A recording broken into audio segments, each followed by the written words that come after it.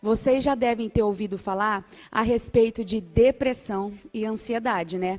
Foi considerada pela Organização Mundial da Saúde o mal do século. Olha isso. E para entender um pouquinho mais a respeito dessa doença, nós vamos passar agora um VTzinho. A depressão é considerada pela OMS como o mal do século. No sentido patológico, a presença de tristeza, pessimismo, baixa autoestima que aparecem com frequência e podem combinar-se entre si. A depressão provoca ainda ausência de prazer em coisas que antes faziam bem e grande oscilação de humor e pensamentos.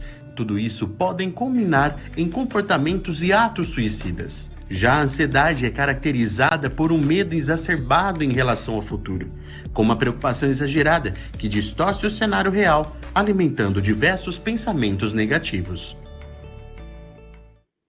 Gente, é um caso sério isso, né? A depressão, ela está tendo uma crescente muito grande no Brasil. E de acordo com o Instituto Vigitel, 11,3% das pessoas, dos brasileiros, já receberam um diagnóstico de depressão. Olha quão sério isso é. E para debater um pouquinho a respeito desse assunto, eu trouxe aqui no nosso programa a psicóloga, clínica e mestra em psicologia pela Faculdade de Medicina de Rio Preto, Mara Rúbia de Paula Lima. Muito obrigada, Mara Rúbia. Boa noite para você. Boa noite, Stephanie. Eu que agradeço a oportunidade. Sempre importante aproveitar as oportunidades de falar de saúde mental, um tema que ainda é considerado tabu, né? Infelizmente. Exatamente. Então, para começar aqui o nosso bate-papo, Mara, eu quero ouvir de você o que é a depressão, o que é essa doença que tem atingido aí a população brasileira. É muito comum a sociedade olhar para a depressão pensando numa pessoa extremamente triste, né?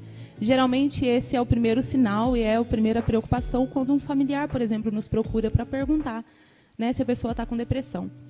E é importante falar, né, na verdade, que a depressão ela não trata apenas desse sintoma emocional, né, das emoções apresentadas. A depressão é um transtorno causado por alterações no cérebro, né? Vou falar de uma maneira bem simplista para todo mundo me entender.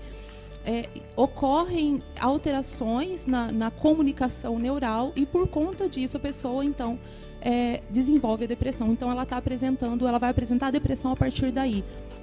E por que é importante falar isso? Porque algumas pessoas vão de repente pensar que basta que essa pessoa se sinta melhor, vamos incentivá-lo, vamos fazer alguma coisa, vamos tentar mudar essa emoção, então ele não vai estar mais depressivo. E não adianta, né? Por quê? Porque se a gente está falando de uma alteração física, se a gente está falando de uma alteração fisiológica, não adianta a força de vontade, concorda? Concordo. Né? Às vezes a pessoa realmente não tem estímulo, ela não vai conseguir sair da cama, ela não vai ter estímulo para fazer o que tem que ser feito. E não adianta a força de vontade.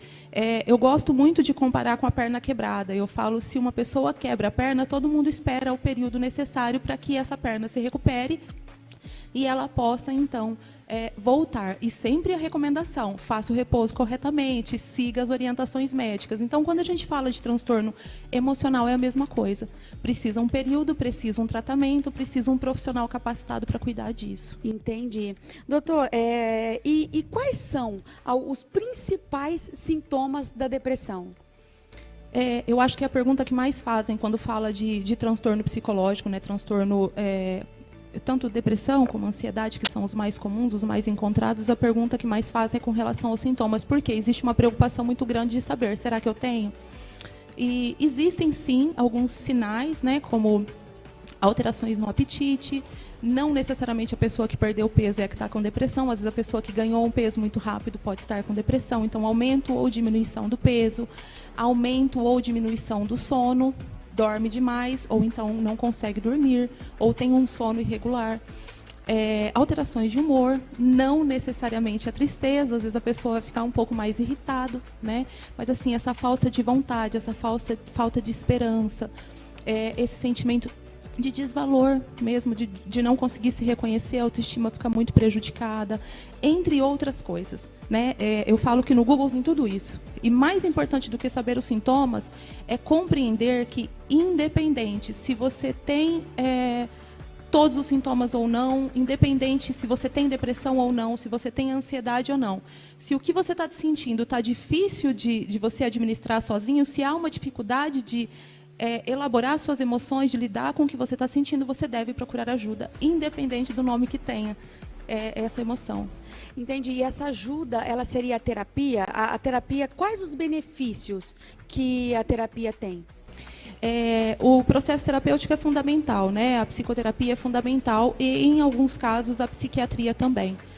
Muito importante que as pessoas desmistificar mesmo o cuidado com a psiquiatria, principalmente. Porque, em alguns casos, vamos voltar lá no início, no que eu disse.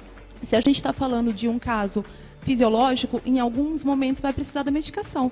Não vai adiantar sequer só a psicoterapia. Então, há casos que há necessidade da avaliação psiquiátrica.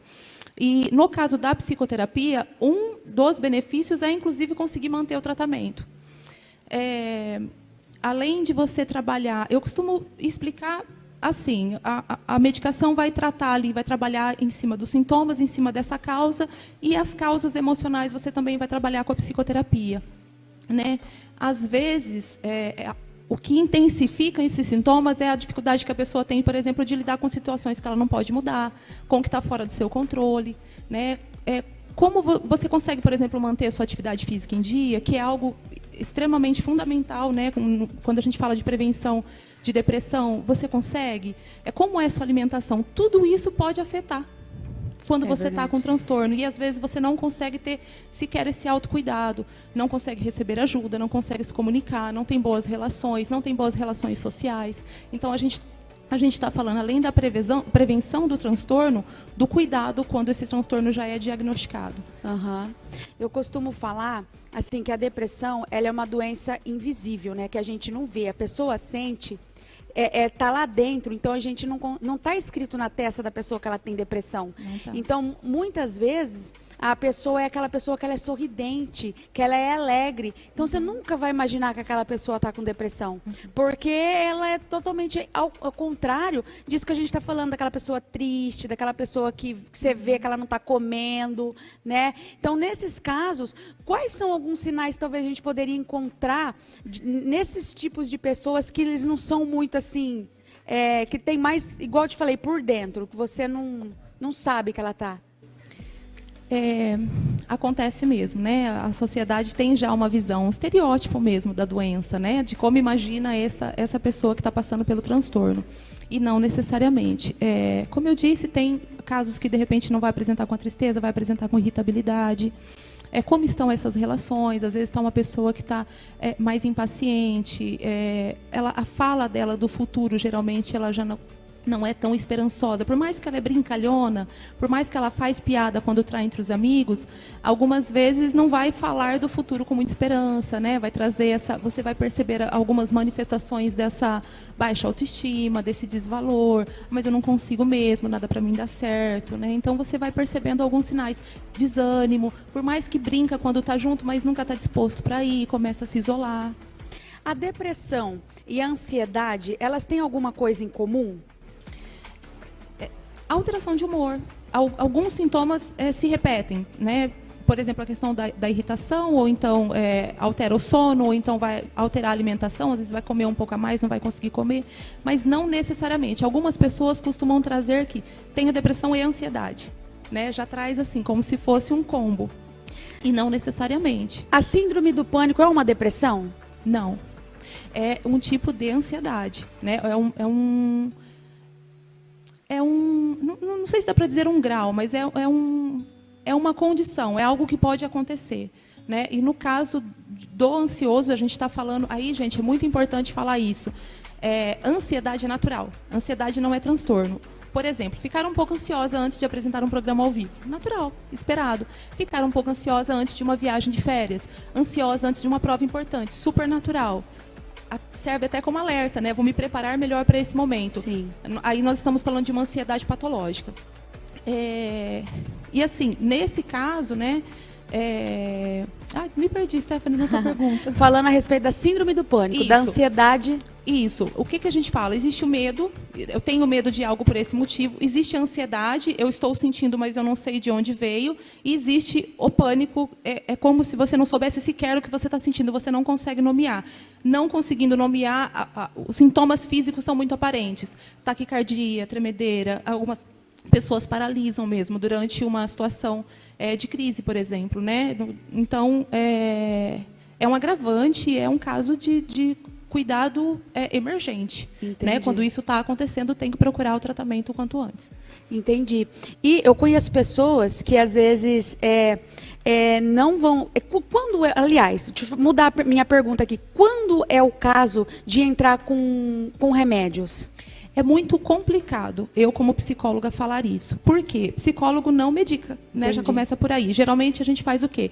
Há uma hipótese diagnóstica, a gente encaminha para uma avaliação psiquiátrica, o psiquiatra fecha o diagnóstico com a nossa avaliação e ele, então, passa as medicações necessárias.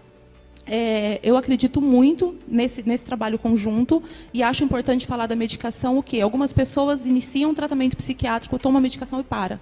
Por quê? Ou porque acha que fez muito bem, já estou bom, ou porque acha não funcionou. E eu sempre falo, gente, precisa de um período para adaptar a medicação. A psicoterapia vai auxiliar, inclusive, para o paciente conseguir manter esse tratamento. A necessidade de medicação geralmente é quando o sintoma está muito intenso. Está muito intenso, não estou dando conta, eu não consigo trabalhar, eu não consigo dormir, eu não consigo fazer... Eu estou tendo um prejuízo muito grande por conta desse sintoma. Entra com a medicação e geralmente funciona muito bem. Entendi, legal.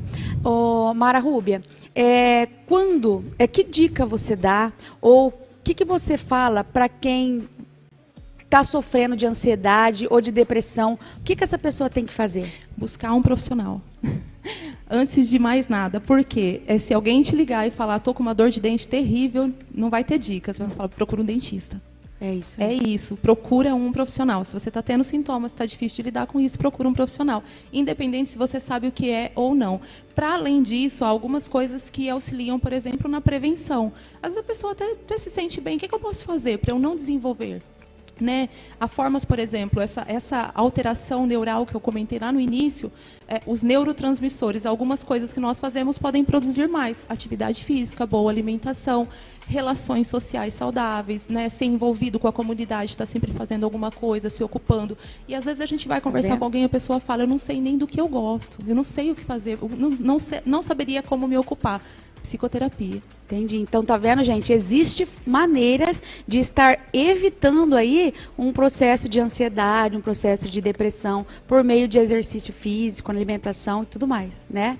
Mara, eu quero agradecer aqui a sua presença e eu quero te presentear e te homenagear com essa placa aqui do nosso programa. Todo mundo que vem e participa aqui do nosso programa recebe uma homenagem, tá? Para você. Que legal, que lindo. Obrigada, Stephanie. Olha que bonito. Quero que você leve com muito carinho isso do nosso programa, coloque lá no seu consultório. E essa homenagem, gente, ela é um apoio da...